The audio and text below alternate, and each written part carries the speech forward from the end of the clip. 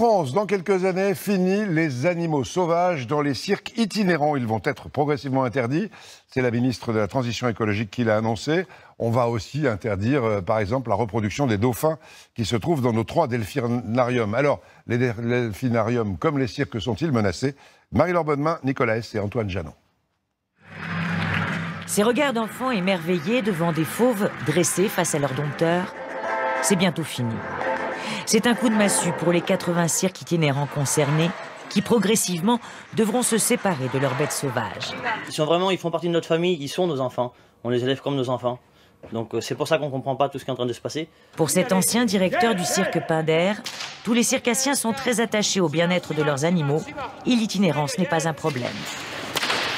Allez, vous avez une heure et demie de route, grand maximum. Vous arrivez sur une grande place tout de suite. La priorité, avant la priorité du bien-être humain, c'est le bien-être pour l'animal. C'est vite des grands enclos que les bêtes puissent tout de suite sortir.